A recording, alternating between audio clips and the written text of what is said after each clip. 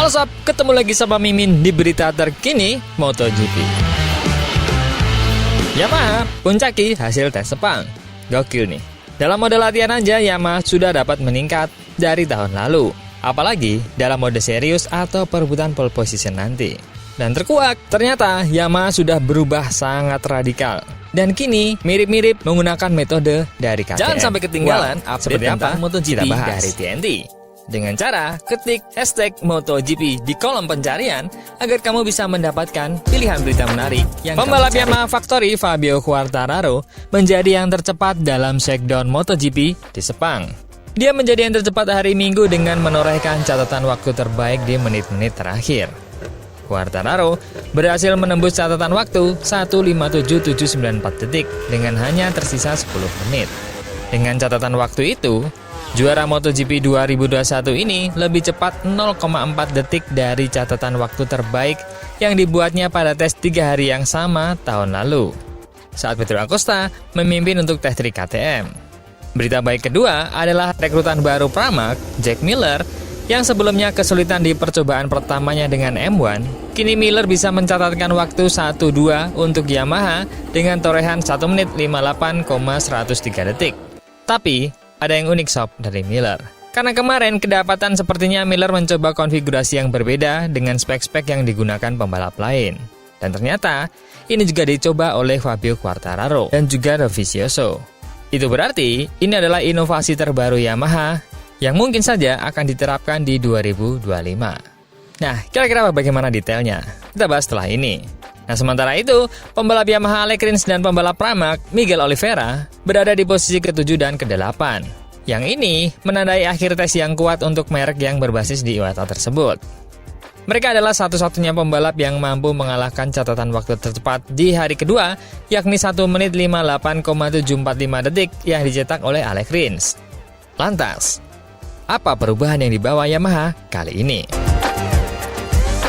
Jujur sih, Mimin sedikit terkejut dengan akselerasi inovasi Yamaha sekarang. Cepat dan radikal banget. Pertama, kita bandingin dengan tahun kemarin dulu. Kalau sekarang kita melihat pabrikan-pabrikan lain perubahannya sedikit-sedikit karena sudah kencang, dalam hal ini Aprilia dan juga Ducati, Yamaha yang kali ini gila-gilaan sob. Ini adalah dua gambar Yamaha edisi 2024 dan 2025. Terlihat sekali perbedaannya. Kita lihat secara overall dulu, bahwa Yamaha kini mencoba merubah aerodinamik secara keseluruhan, di mana Yamaha membuat posisi ridingnya lebih menukik. Hal ini bisa dilihat dari bagian ini. Kita perhatikan ke bagian tangki. Untuk sisi depan, tangki ini jarak antara frame dengan tangki yang edisi tahun 2025 ini semakin tipis. Sepertinya ini dibuat agar ketika sedang di trek lurus, lebih bisa memaksimalkan aero. Jadi, posisi riding juga lebih turun ke depan. Di banyak detail jelas berbeda. Kita mulai dari depan. Dari sisi wings depan, Yamaha sudah berganti model sejak kedatangan Max Bartolini. Yang awalnya 2 strip besar, kini menjadi 3 strip kecil yang lebih rapat dan lebih bergradasi naik. Kalau soal dimensi, ini sejak tes Barcelona kemarin, nampaknya ukurannya lebih kecil daripada versi 3 strip yang pertama kali keluar, yang lumayan masih lebar. Entah memang begitu, atau ini efek dari windshield depan yang juga berubah bentuk. Kalau kita perhatikan, windshield Yamaha ini mengecil sob. Jelas terlihat, jika dibandingkan dengan tahun kemarin. Yang juga lain terlihat adalah bagaimana bentuk motor ini sudah bukan aliran insinyur Jepang lagi, tapi menjadi ala Ducati, dengan bentuk bodinya yang semakin tegas. Kita lihat dari sisi belakang ban depan ini. Tampak kosong, dan angle ini seperti angle milik Ducati. Kecil di depan, dan menukik ke belakang.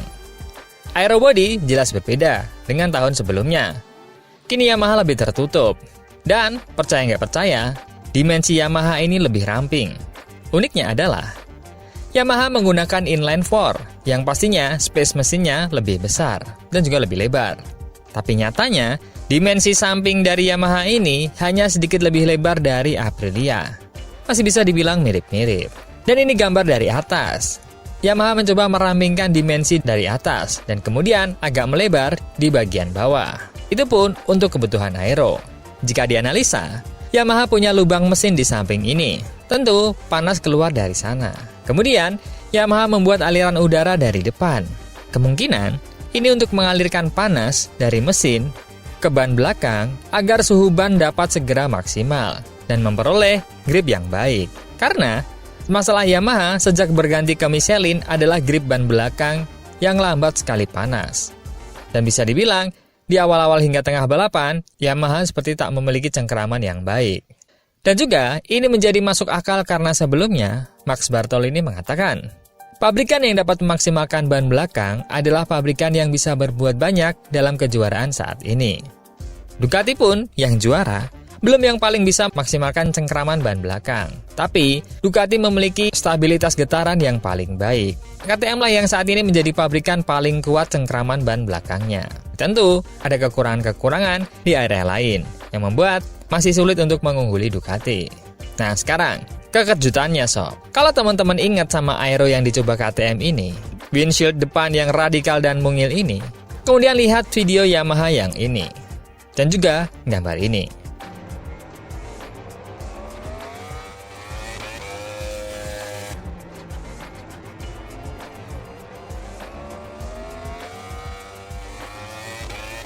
Betapa kini Yamaha sangat radikal dalam bereksperimen untuk mendapatkan hasil terbaik.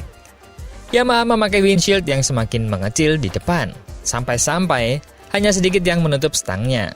Dan kemudian juga wings depan berubah lagi. Ini juga berarti merubah layout sisi depan prototipe Yamaha M1 tahun 2025 ini. Sangat-sangat drastis jika dibandingkan dengan perubahan-perubahan Yamaha dari tahun 2017 hingga 2023. Nah, dengan perubahan yang se-ekstrim ini, mungkin solusi sudah semakin dekat untuk membuat Yamaha bisa tampil lebih baik dari tahun sebelumnya. Mungkin juga, ini alasan kenapa Yamaha belum ingin segera menurunkan V4-nya, karena ingin memaksimalkan potensi inline 4-nya dahulu, sebelum akhirnya akan mencoba konfigurasi mesin baru. Nah, menurut teman-teman gimana? Ada pendapat? Coba komen.